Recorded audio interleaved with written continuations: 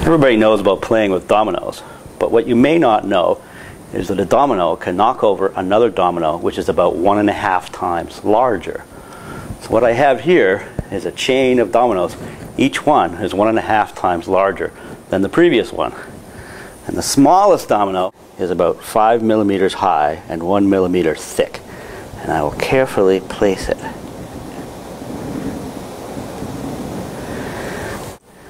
And there are 13 dominoes.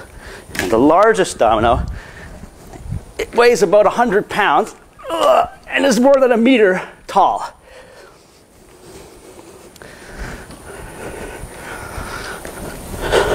Ready?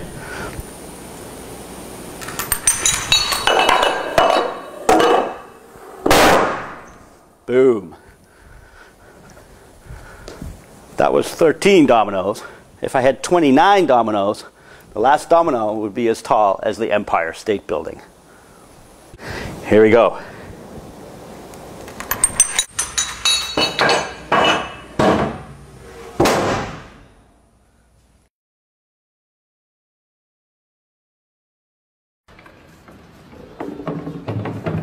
En daar gaat hij.